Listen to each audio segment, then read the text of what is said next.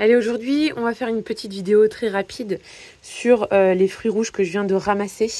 Comme vous pouvez le voir, c'est très très compliqué. Il fait que pleuvoir. Là, j'ai voulu profiter de 5 minutes d'accalmie et en fin de compte, je suis trempe quoi. Ça s'est arrêté 2 secondes. J'ai voulu finir et il me reste les fraises à ramasser que j'ai pas encore ramassées.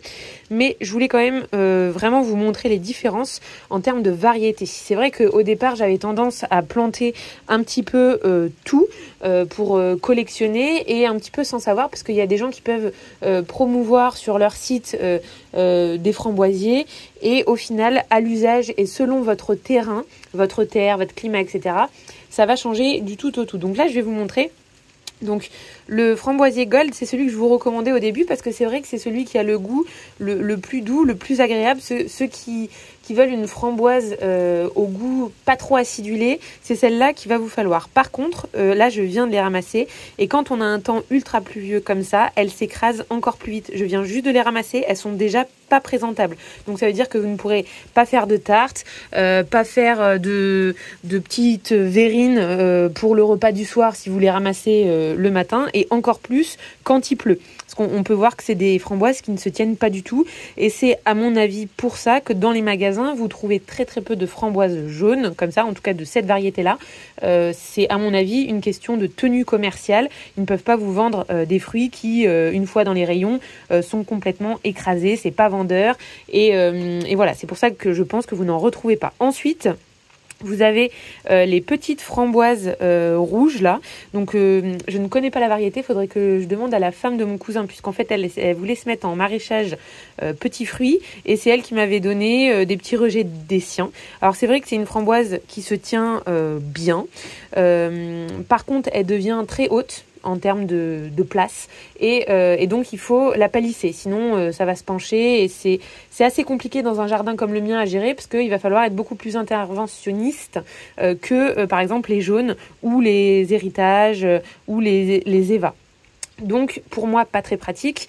Deuxième chose, elles sont très petites, donc quand vous ramassez une framboise, celle que vous voyez là, les plus foncées, celle-là là, quand vous en ramassez une comme ça, en fait il vous en faut 2 ou 3 pour former une grosse framboise comme ça. Donc là les plus grosses que vous voyez, c'est les héritages et les évas sont aussi très gros, je vous avais déjà montré, cette année elles le sont moins. C'est peut-être aussi une différence de nourriture du sol puisque la première année elles étaient énormes et là elles sont un petit peu plus petites et là les héritages, celles qui sont très grosses, c'était celles qui sont plantées juste à côté de notre tas de compost, donc je pense que ça peut éventuellement avoir un lien. Ces framboises rouges sont idéales pour les tartes, vos desserts parce qu'elles vont se tenir et elles peuvent se garder pour le lendemain, voilà. Elles sont aussi bien plus adaptées à la congélation pour ensuite l'hiver le décongeler, le mettre avec votre muesli, voilà, vos flocons, etc. Donc ça, je trouve que c'est pas mal. Sinon, j'ai d'autres framboisiers, mais qui ne sont pas encore en fructification maintenant. Donc je vous en reparlerai. Il y en a un autre là-bas que je peux pas aller parce qu'en fait, il pleut trop. Là, si on a de la chance avant la fin, comme j'essaie de ne pas vous faire de cut et de montage, si ça s'arrête, j'irai vous les montrer. Elles sont encore plus grandes que celles que les héritages. Elles sont plus longues. C'est une muroise. Par contre, le désavantage, c'est que comme c'est croisé avec une ronce, ça a énormément d'épines. Donc, ça fait mal. C'est-à-dire que un enfant peut difficilement aller les ramasser sans chouiner toutes les 5 minutes, quoi. Donc, ça aussi, c'est adapté selon votre terrain, quoi. Et c'est pareil, ça va faire beaucoup plus de grands rejets et ça va être vraiment un peu rampant, quoi. Ça peut faire bien, et j'en ai qui fait 3-4 mètres quoi, de long. Donc voilà, ça prend beaucoup de place. Et puis ensuite, là, on a des groseilles à maquereau. Alors personnellement, en termes de fruits de bouche, je préfère les groseilles à maquereau que les groseilles normales. Elles sont plus grosses, donc pareil, en termes de rapidité de récolte, ça va plus vite. Elles sont moins acides, donc elles se mangent très bien comme ça. Et voilà. Alors, si vous avez regardé la vidéo de Brian là, sur la visite du jardin du Bec et Loin là, il a montré un truc qui m'a vraiment plu et j'avais jamais vu ailleurs. C'était des groseilles à maquereau, enfin des groseilliers à maquereau greffés, donc avec un tronc. Et en fait, ça facilite encore plus la récolte puisque le groseillier à maquereau, chez moi en tout cas, peut-être que c'est parce que c'est des jeunes plants encore, ils sont assez rampants et on voit pas les fruits, on est obligé de soulever le feuillage pour pouvoir les voir, les ramasser et ils sont vraiment à ras du sol. Donc moi, je vous ai montré à la caméra, elle avait une petite souris qui mangeait les fraises. Elles ont tendance aussi à peut-être aller manger ces groseilles plus que si elles avaient été perchées à 1,50 m de haut. Ça fait moins mal au dos pour les ramasser. Donc le greffer sur tige, c'est pas mal. Donc j'ai demandé à Brian, il n'a pas eu vraiment l'information du porte-greffe. Mais sur Discord, on a Del qui est très très calé en arbres fruitiers et tout, qui m'a dit qu'en fait, les groseilliers à macro comme ça, qui sont greffés sur tige, c'est greffé sur groseillier doré. Donc ça, j'en ai un pied dans la partie ornementale. Je vous en reparlerai peut-être. C'est un groseillier sans intérêt que j'avais mis parce que je pensais que ça ferait un autre type de groseille. Et en fin de compte, vraiment pas productif, des groseilles pas bonnes, très acides, donc aucun intérêt. Donc je pense que pour l'expérience, je vais le conduire sur tige et une fois qu'il sera à la bonne taille, lui couper la tête et y greffer un groseillier à macro pour tester. Je ferai peut-être aussi des petites boutures pour en refaire d'autres et faire d'autres porte-greffes parce que ça pourrait être pas mal pour étager la zone des petits fruits puisque, mis à part les framboises qui montent un petit peu haut, tout ce qui va être groseillier à macro, fraisier, c'est quand même sur un étage assez bas. Voilà. Donc c'est tout ce que j'ai à dire là-dedans. Oui, j'ai des petites fraises des bois, mais comme là j'ai une main qui tient le téléphone, une main qui tient le truc, je peux pas vous les montrer. Ça pareil, c'est intéressant parce que le goût il est incroyable, mais au niveau temps de récolte et productivité, on repassera. Une fraise type gariguette, etc. est bien plus intéressante. Après, un autre petit truc là que je pense sur les variétés des fraisiers. Essayez vraiment de faire un mix entre fraisier remontant et fraisier non remontant. Là, cette année, on a eu beaucoup de flotte. Là, il fait ce temps-là depuis 3 mois. Il y a eu quelques jours de beau, mais très très rares. Ce qui fait que la récolte de fraises, le fait que ça met très très longtemps à mûrir, qu'il n'y a pas trop de graminées encore qui ont fait leurs graines puisque ça sèche pas. Je pense que c'est pour ça aussi que j'ai eu des soucis de souris parce que des souris, j'en ai toujours eu. Et je dirais même que là, on en a moins qu'avant.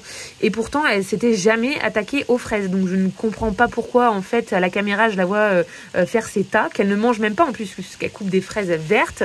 Mais je pense que c'est quand même lié à ce temps qui est particulièrement exceptionnel pour un mois de mai, de juin et même d'avril, quoi. Donc, le fait est que malheureusement ce qu'elles ont dégommé c'était des variétés qui sont non remontantes, donc la récolte elle est perdue pour l'année. Enfin j'en ai ramassé quelques-unes, mais franchement là, bon j'ai pas encore fait le tour, hein, mais vous voyez que ça produit bien moins que mes framboises, alors que les framboises, là, c'est que le début, quoi. Ça aurait dû faire vraiment des kilos et des kilos vu le nombre de pieds qu'il y avait et les récoltes des années précédentes. Donc là, c'est exceptionnel, sauf que la récolte est perdue et que j'en aurai pas d'autres cet été, quoi. Sauf sur les pieds qui sont à un autre endroit et qui, eux, sont remontants. Donc ça veut dire que je vais avoir une autre chance. Donc, faut mixer le tout parce que faut pas mettre tous ses œufs dans le même panier. Ça, c'est le gros problème, en fait, de l'agriculture conventionnelle. C'est que c'est souvent un agriculteur qui va faire une seule variété de quelque chose, enfin en tout cas que des pommes, que les abricots, que les fraises, que les pommes de terre, que la même variété aussi. Et ça, c'est problématique parce que dès qu'il y a un problème au niveau du timing ou au niveau de la susceptibilité aux maladies d'une variété, eh ben, ils vont perdre toute leur récolte. Alors, j'imagine bien qu'il y en a qui sont un petit peu intelligents et qui vont varier au moins les variétés. Mais c'est vrai que dans votre jardin de particulier, si vous avez de la place comme moi, c'est vraiment l'occasion de mettre un petit peu plein de variétés différentes avec des caractéristiques différentes de résistance aux maladies et aussi de timing. Il y en a qui sont plus précoces que d'autres, il y en a des remontants, des pas remontants, etc. Donc vous mixez tout ça. Maïka, tu viens parce que là tu vas être trempée, ma louloute. Viens à côté de moi. Non? Bon. Donc vous mixez tout ça et du coup vous aurez vraiment le maximum de chances d'avoir une récolte. Et ça je trouve que voilà c'est important. Là malgré un temps pas du tout favorable, pour ce soir on a une portion de fruits chacun et il y en aura un petit peu en plus qu'on va pouvoir mettre en congélation. On met tout dans une poche et on en rajoute au fur et à mesure, quoi. Voilà. Mais bon, voilà, ça aurait pu faire encore plus de stock pour l'hiver, mais malheureusement, on fait avec ce qu'on a et on fait surtout avec le temps qu'il y a. Voilà. Donc sur ce, je vous fais de gros bisous et je vous dis à la prochaine vidéo. Je vous aurais pas montré les muroises. Allez, on fait quoi? Allez, on court sous la pluie et on va les voir quand même, parce que elle aussi, en ce moment, elle fructifie. Alors, est-ce qu'il y en a de mûres? Ouais. Attendez, je vous pose. Voilà. Elles sont beaucoup plus longues. Bon, ça manque de soleil, hein. Ça manque de soleil, tout va arriver. Vous voyez, là, c'est pas tout à fait mûr. Elles le seront demain. Voilà, j'ai couru sous la pluie pour pas grand-chose. Allez, bye bye!